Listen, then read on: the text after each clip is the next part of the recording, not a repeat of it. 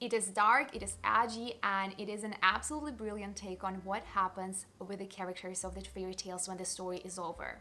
The premise of this book seemed very promising, but whatever happened in reality, I cannot even describe. This book is a beautiful combination of a domestic thriller and a relationship drama that takes place in different times and different places. I loved everything about this book, and there is nothing that could have made this book better. I was very impressed with the results for this month. Having a full-time job, I managed to read, or almost read, 11 books. I had some ups and I had some downs, but overall this month was very, very good. I enjoyed all the books that I read this month, and I cannot wait to talk about them. 4 of the books that I'm gonna be talking about are the ones that my boyfriend selected for me for the month of January.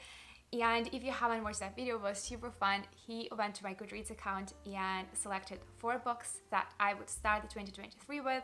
I will link this video above and also down below in the description box. For tracking the progress of the books that I read, I actually use Notion, and the template that I'm using to track all the books that I read on Notion is created by a different content creator, and her name is Janani. I really like the template that she created. It's so easy to track all the aspects of the books, the genre, the star rating, the verdict, the format. The reason why I read so many books this month is because I combine a variety of different formats. I love the combination of a physical copy, audiobook, and the ebook, and combining those, I'm able to go through way more books during the month.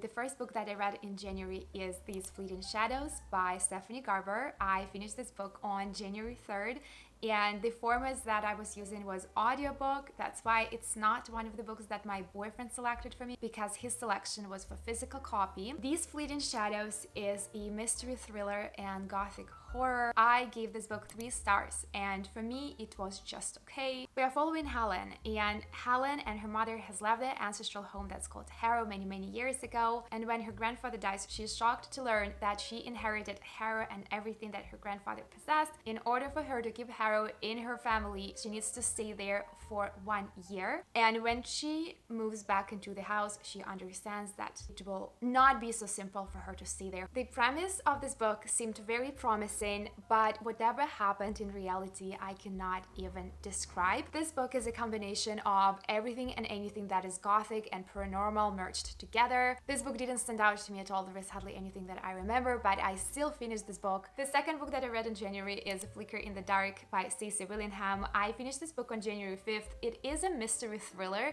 and it's one of my new favorite books. I gave this book a 5.5 star rating. This book is following Chloe, and Chloe was 12 when 6 girls went missing in a small town in Louisiana where she was from, and shortly after that her dad was convicted in these crimes and put in prison as a serial killer. And then 20 years later, Chloe as a psychologist, and she has her own private practice, and she is getting married, and it feels like her life just gets back on track, and she's really excited until the moment when a local teenage girl goes missing, and then another one, and then another one. And all of that sets really resemble the events that happened with her in the past. For me, it was a real page turner. It kept me on my toes the whole time. I haven't expected any of the twists and turns in the plot. The only reason why I didn't give this book 5 stars is because of the ending, specifically with her relationship, how it played out, I did not really like, but overall, it's a very solid psychological thriller. The next book that I read in January is Lock Every Door by Riley Sager, and this is a mystery thriller. I gave this book 3.5 stars. I consumed it as an audio version. I don't know what it is about me and Riley Sager. This is my second book that I'm reading by him, and I don't seem to enjoy his books that much. The first book that I read was The House Across the Lake that I DNF'd with no regrets. This is the second one that is okay. I had a good time, I enjoyed it, but I can't say that it was amazing. This book is following Jules, and she just got a new job as an apartment sitter at Bartholomew. And this is one of the Manhattan's most high-profile, mysterious buildings. A lot of celebrities are living in that building, and shortly after she moved in, she made friends with another apartment sitter. Her name is Ingrid. And shortly after that, Ingrid goes missing. Jules is pulled into this investigation, and then she finds out that Ingrid is not the first apartment sitter who went missing at this apartment building. This premise seemed more interesting than the book itself. It didn't really deliver anything that it promised. The action sequence was alright. Would I ever think about this book again? Probably not. Do I feel bad that I didn't DNF it? Also no, there's that. The next book that I read in January is Daughter of Darkness. It's the first book in the series of the House of Shadows. It is written by Catherine Core and Elizabeth Core, and this was also the pick for our book club. I'd say this is a fantasy and young adult. It's highly inspired by Greek mythology. I gave this book 3.75 stars. The story is following Dana, and she is one of the soul severers serving the god Hades on Earth. One day, the tyrant ruler Orpheus comes to their island and offers fortune and wealth and freedom to anyone who can retrieve his dead wife from hell. Dana jumps at this opportunity and she has to unite with several other severers that she neither likes nor wants to have anything to do with. I don't seem to like when mythology gets blended with fiction. This book in genre reminded me of Percy Jackson, and again, I'm not the biggest fan of Percy Jackson. Lots of good adventure sequences. I love that part, cannot complain about that. I also love that the authors addressed a couple of important tropes. The book went really heavy on chauvinism, misogyny, and sexism, and I did appreciate that aspect of the book. Next book that I read is truly fascinating. This book took me off guard. I did not expect that it is something that I will love so much. And this is How to Be Eaten by Maria Adelman. This book is a combination of fantasy fiction, retelling, and contemporary horror. Loved this book sincerely. It's my new favorite. I gave this book 4.75 stars. In a present-day New York, 5 women meet in a basement support group to process their traumas. Bernice grapples with the fallout of dating a psychopathic blue-bearded billionaire. Ruby, once devoured by a wolf, now wears him as a coat. Gretel questions her memory of being held captive in a house made of candy. Ashley, the winner of the Bachelor-esque dating show, wonders if she really got her promised fairy tale ending, and Raina's love story will shock them all. Though the women start out wary of one another, judging each other's stories, gradually they begin to realize that they may have more in common than they supposed. What really brought them here? What secrets will they reveal? And is it too late for them to rescue each other? It is dark, it is edgy, and it is an absolutely brilliant take on what happens with the characters of the fairy tales when the story is over. Their traumas and their fears are revealed, and we get a sense on how these women feel towards the world, towards the events, towards the people around them, and towards themselves. This book talks a lot about traumas, and this book is super relatable. I really loved all the characters of this book. I felt like this, in general, this story is heavily based on the character developments. That was phenomenal. I enjoyed it all the way through. The next book that I read is Two Wrongs Make Right, and it is a romance story. It's an adult romance. It's also one of my new favorites. I gave it 4.5 stars. Jamie and Bee have nothing in common except for the desire for revenge. Their two best friends set them up for a date. In the beginning of the book, they could have not been more one for each other, but it's a romantic novel, so we know what's gonna happen. It is one of those books that is very predictable, and that's why you read these books, because you know exactly what you're gonna get from them. It was enjoyable, it was fun, it was romantic, and I absolutely love the male protagonist of this book. He definitely makes it to my list of the book boyfriends. Okay, now we are coming to the first 5-star book of 2023. I finally got my hands on The It Girl by Ruth Ware. I really love this book. It is a mystery thriller. It's also dark academia. It's an absolute perfection in my opinion. I gave it 5 stars, and I borrowed it from the library, so I was reading a physical copy of this book.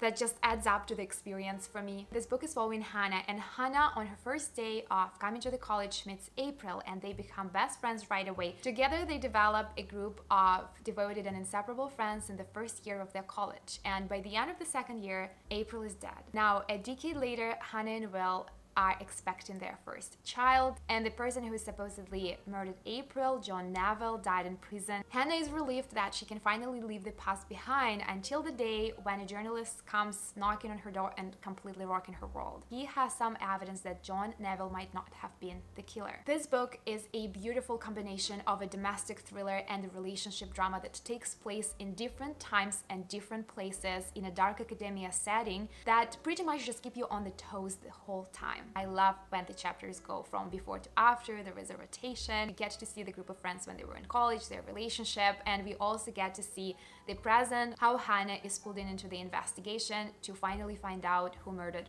her best friend. I loved everything about this book, and there is nothing that could have made this book better. The next book that I read was another 5-star read for me, and it is The Family Game by Catherine Stedman. This is also a mystery thriller, and it is perfection as well. I gave it 5 stars, and I would give it 5 stars over and over and over again. I was listening to the audio version of this book, and I listened to it pretty fast. It was really hard for me to stop. This book is following Harry, and Harry is a novelist, and she just got engaged to Edward, who is her husband-to-be, and he is seemingly perfect. However, their bliss is interrupted by the re-emergence of Edward's family that he cut ties with many years ago. They are the representation of the old American money, but after all, Edward is set to inherit it all, and him and Harriet get pulled into the family once again, and Harriet seems to be excited about it, but everything changes when she meets Robert, who is the head of the family and Edward's father. During their first meeting, Robert slips Harry a cassette tape, revealing a shocking confession that sets an inevitable game in motion.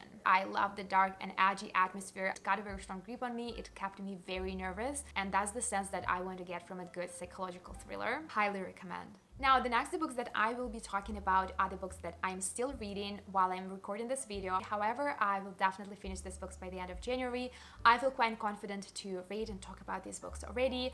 The first book out of these two is Daisy Darker, and this is by Alice Feeney. And Alice Feeney is one of my favorite authors when it comes to mystery thrillers. I absolutely loved Rock, Paper, Scissors. Yeah, that was one of the most twisted thrillers that I've ever read. And I had really high hopes for Daisy Darker. However, I wanted to DNF this book at 40%. There was something about the narration of this book that didn't sit with me. It's a very grotesque representation of the family relationship.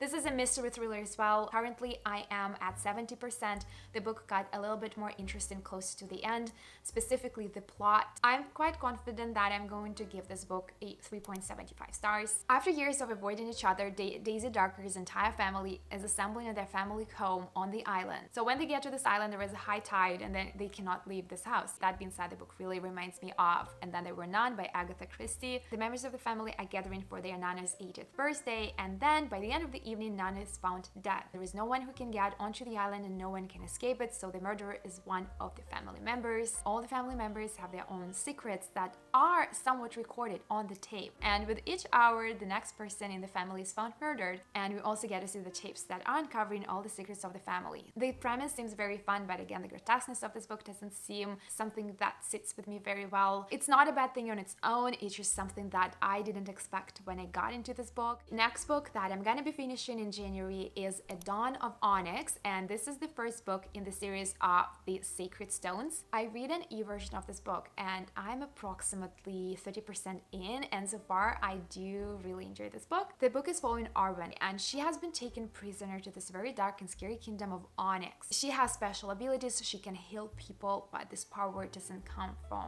magic. It's something that she always had within her. She's not a magician or a witch. And we also have the Onyx King, who is supposedly the most vicious and the scariest and the evilest person in their whole world. Gives me a lot of vibes of ACOTAR series. I kind of see connection, especially in the enemies to lovers trope, that I'm 100% sure gonna be present there. It's a very nice adventure, enemy to lover fantasy that I am super excited to finish. These are all the books that I read or gonna finish in January, and this is the most books that I read so far in 1 month. It's been a very enjoyable month, and I had 2 5-star books, and I had a few new favorites that I'm super grateful for. But yeah, that being said, that's everything for today, and I will see you soon.